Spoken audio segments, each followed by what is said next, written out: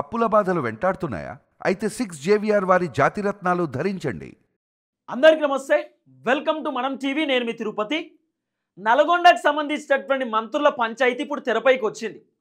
ఒక మంత్రి ఇంకో మంత్రి పైన అలిగి ఫోన్ స్విచ్ ఆఫ్ చేసి వెళ్ళిపోతున్నాడు. ఒక విచిత్రమైనటువంటి సంఘటన జరిగింది నిన్న బేగంపేట ఎయిర్పోర్ట్లో. వాస్తవానికి ఇద్దరు మంత్రులు వాళ్ళు నాగార్జున సాగర్కి సంబంధించినటువంటి డ్యామ్ గేట్లు ఓపెన్ చేయడానికి పోవాలి. అయితే ఆ సంఘటనలో నిన్న బేగంపేట ఎయిర్పోర్ట్లో కోమటిరెడ్డి వెంకటరెడ్డి అలిగి ఇంటికి వెళ్ళిపోయాడు. ఇంటికి పోవడమే కాదు, 2 ఫోన్లు స్విచ్ ఆఫ్ పెట్టుకున్నాడు. అయితే కోమటిరెడ్డి వెంకటరెడ్డి టైంకి బేగంపేట ఎయిర్పోర్ట్కు పోయిందట. ఒక గంట సేపు లేట్ వచ్చిండు ఉత్తమ్ కుమార్ రెడ్డి. పోనీ కోమటిరెడ్డి వెంకటరెడ్డి ఉత్తమ్ కుమార్ రెడ్డికి ఫోన్ చేసేటప్పుడు ఉత్తమ్ కుమార్ రెడ్డి ఫోన్ లేపి మరి అన్ననో తమ్ముడో లేట్ అయితే ఒక గంట సేపు ఆగు, లేకపోతే కొంచెం లేట్గా బయలుదేరమని చెప్పి ఉత్తమ్ కుమార్ రెడ్డి చెప్పాలి కదా. కోమటిరెడ్డి వెంకటరెడ్డికి ఉత్తమ్ కుమార్ రెడ్డి చెప్పలే. కోమటిరెడ్డి వెంకటరెడ్డి టైంకి ఎగ్జాక్ట్లీ 10:30 అంటే 10:30కి అక్కడ టైంకి ఉన్నాడు. ఉత్తమ్ కుమార్ రెడ్డి 11:30కు వచ్చిండట. అంటే గంట సేపు లేట్ వచ్చిండట. గంట సేపు లేట్ వచ్చేసరికి కోమటిరెడ్డి వెంకటరెడ్డి ఏం చేసిండు, ఆయన మంత్రి నేను మంత్రే, ఆయన కోసం నేనేందుకు వెయిట్ చేయాలి, నాకేం అవసరం అని చెప్పి ఆయన తాడికి అలిగి వెళ్ళిపోయిండు. దాదాపు ఒక 10 సార్లు ఫోన్ చేసిండట.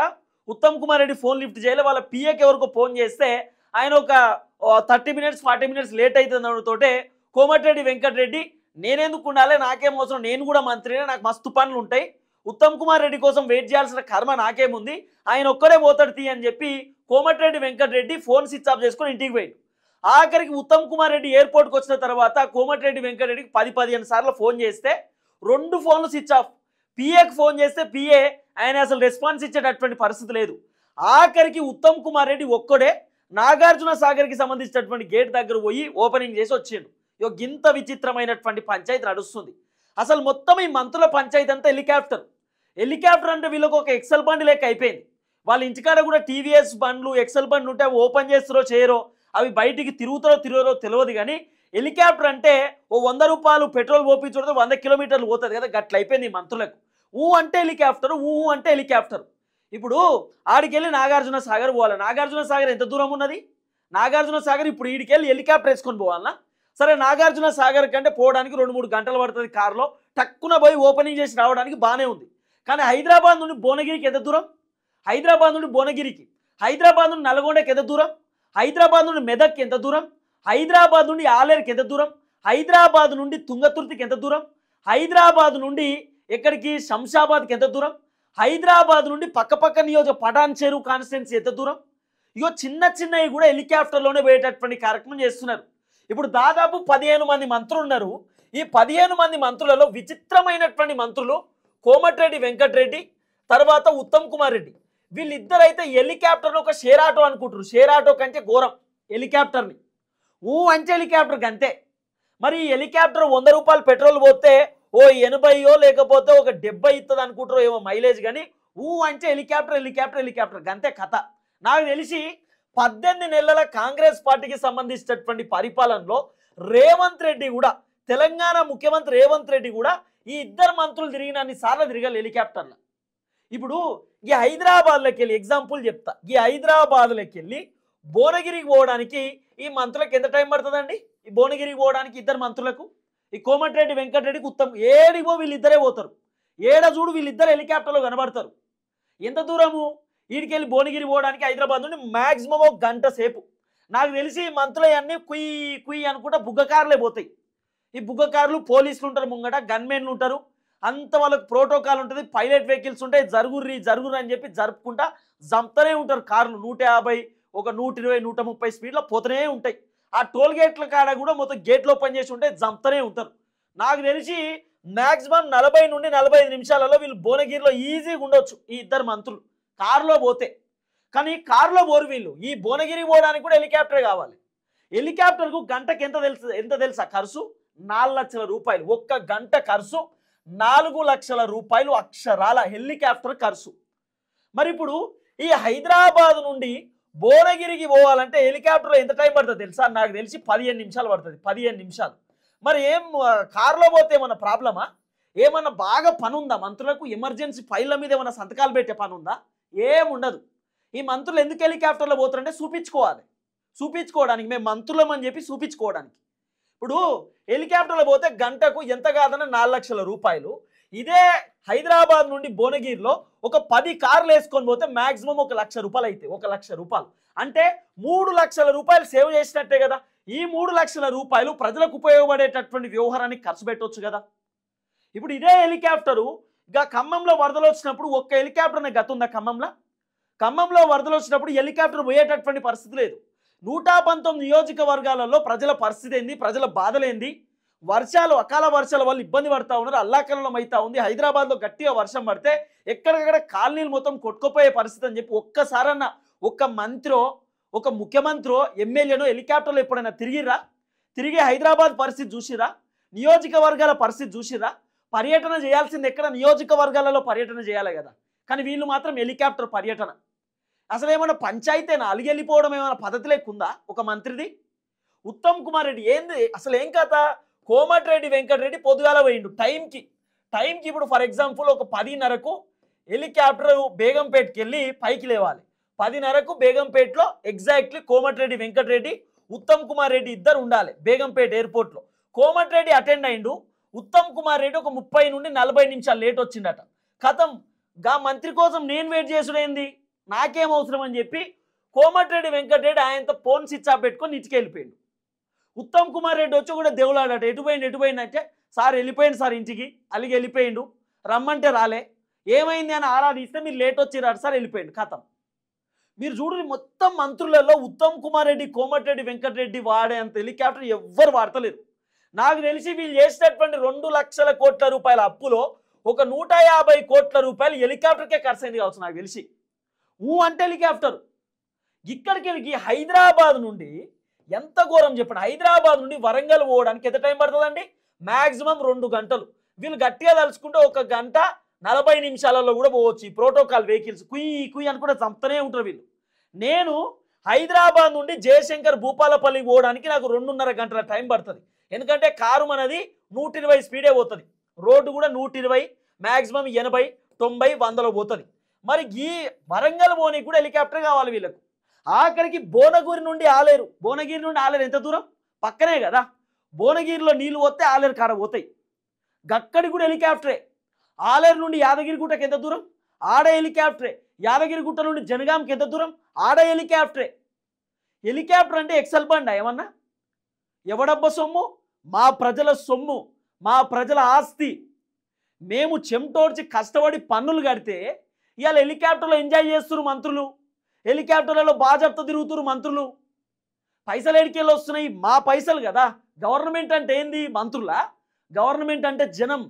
ఈ జనం పైసలతోటి మీ సోకులేంది అంటున్నా, ఈ జనం పైసలతోటి మీ వ్యవహారం ఏంది?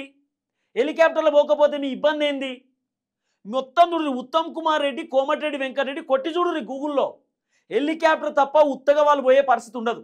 మరి ఇదే ఉత్తమ్ కుమార్ రెడ్డి ఇదే కోమటిరెడ్డి వెంకటరెడ్డి బీఆర్ఎస్ గవర్నమెంట్లో ఉన్నప్పుడు, కాంగ్రెస్ ప్రతిపక్షంలో ఉన్నప్పుడు ఉత్తమ్ కుమార్ రెడ్డి కోమటిరెడ్డి వెంకటరెడ్డి ఇద్దరు హెలికాప్టర్లోనే తిరిగిర్రా? వాళ్ళు ఉత్తగా కార్లో తిరగలే, మరి అప్పుడు ఎట్లా తిరిగిరు కార్లా? అంటే ఈరోజు కాంగ్రెస్ గవర్నమెంట్ వచ్చింది కాబట్టి మేము మంత్రులమని చెప్పి చూపించుకోవడానికి హెలికాప్టరా? అచ్చ గట్లనా? అప్పుడేమో ఏం లేదుగా మన తానా. ఇప్పుడు ఏంది? సొమ్మొక్కుంది సోకొక్కుంది. సొమ్ము జనాలది, సోకు మాది. సొమ్ము జనాలది, జనాలే కట్టుకుంటారు పన్నులు. కిలో చికెన్ కొంటే చికెన్ పైన మనం జిఎస్టీకి పన్ను కట్టాలి. షాంపూ తీసుకుంటే షాంపూ పైన మనం పన్ను కట్టాలి.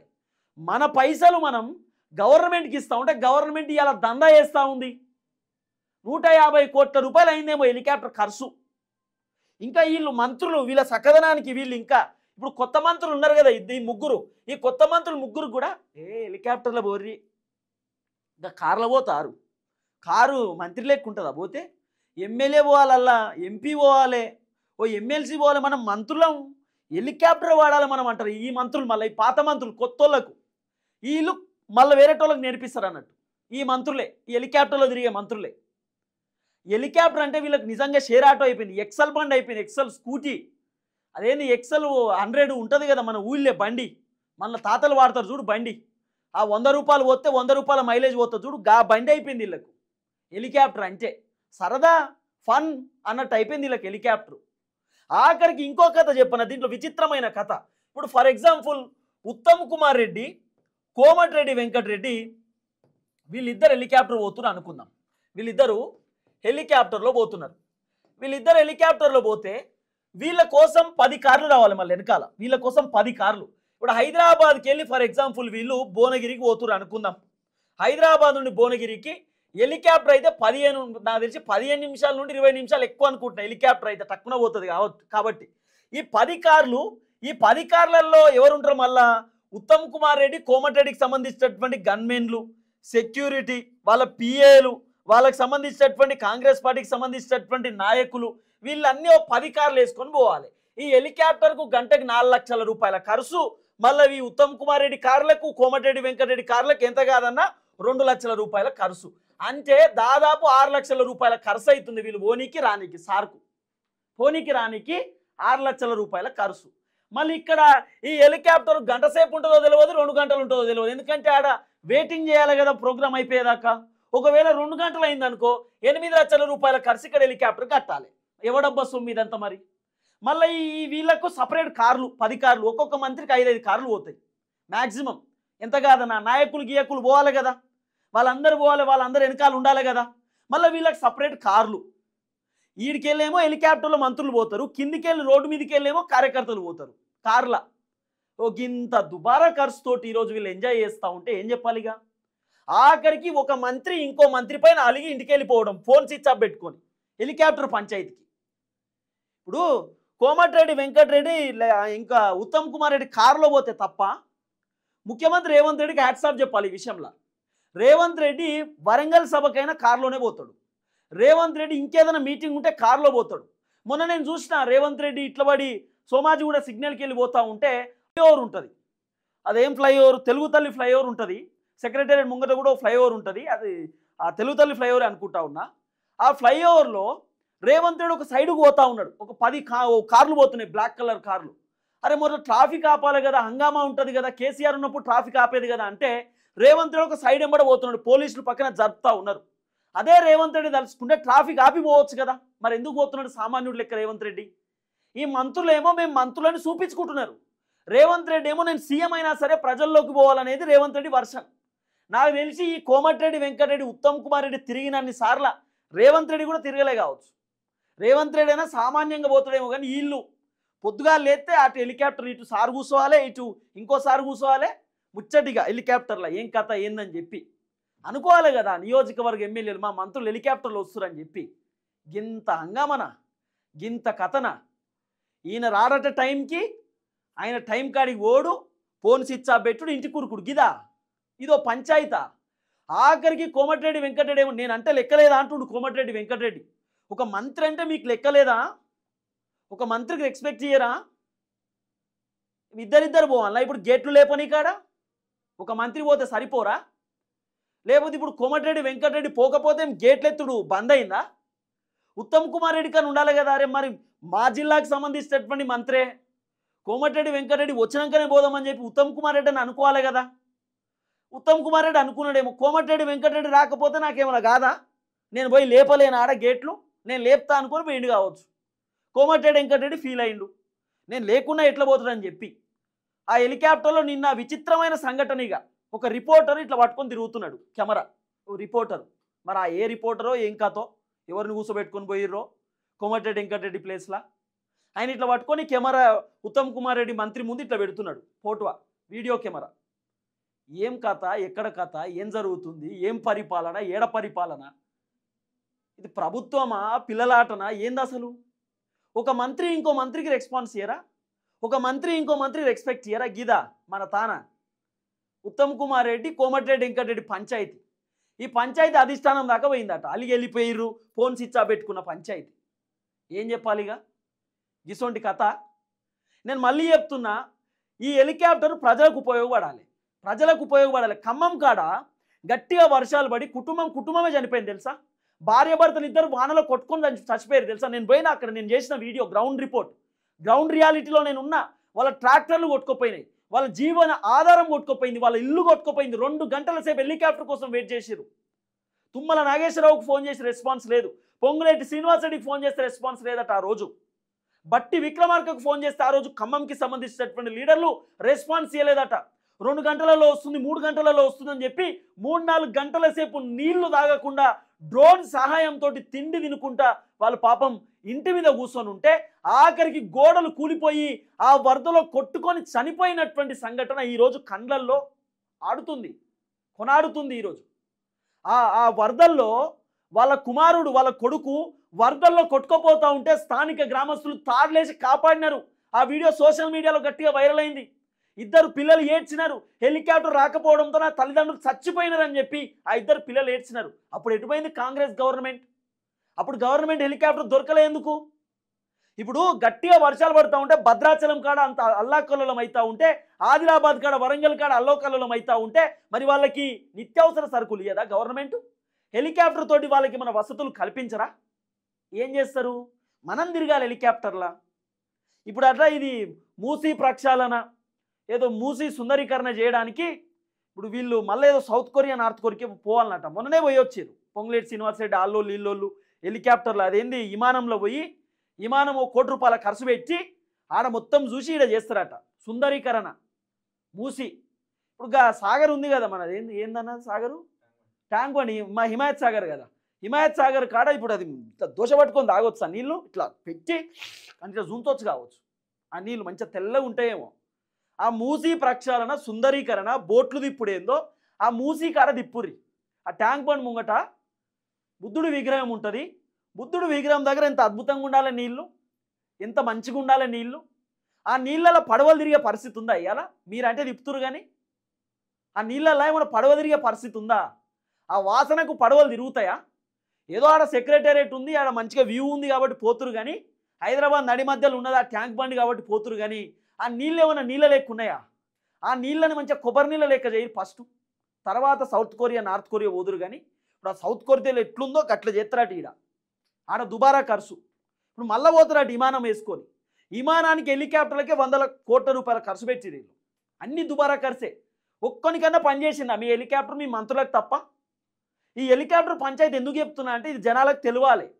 గంటకు ₹4 లక్షల దుబారా ఖర్చు పెడుతున్నారు మంత్రులు అని చెప్పి తెలవాలి. మొన్న సీతక్క నాకు తెలిసి ఆమె కాన్స్టిట్యున్సీ పోయింది. ఆమె కాన్స్టిట్యున్సీ పోయినప్పుడు కూడా దగ్గరే. కొండాసురేఖ పోయింది, మెదక్ పోయింది అనుకుంటా. మెదక్ ఎంత దూరం వీడికి వెళ్ళి గంటన్నరలో పోవచ్చు, 2 గంటలు వేసుకోర్రి. హెలికాప్టర్లో పోయింది అక్క. అసలు హెలికాప్టర్ అంటే షేర్ ఆటో అనుకుంటురా, లేకపోతే ఎక్సెల్ బండి అనుకుంటురా? మళ్ళీ అడుగుతున్నా, మా ప్రజల సొమ్ముతోటి మీరు తిరుగుతూ ఉన్నారు ఇవాళ. కాబట్టి దయచేసి తెలంగాణ ప్రజలకు కూడా ఈ వీడియోని షేర్ చేయమని చెప్తా ఉన్నా. అందరికీ తెలవాల్సినటువంటి అవసరం ఉంది. ఈ మంత్రులు మన పైసలు ఎట్లా దుబారా ఖర్చు చేస్తూ ఉన్నారో చూద్దాం ఏం జరగబోతుందో.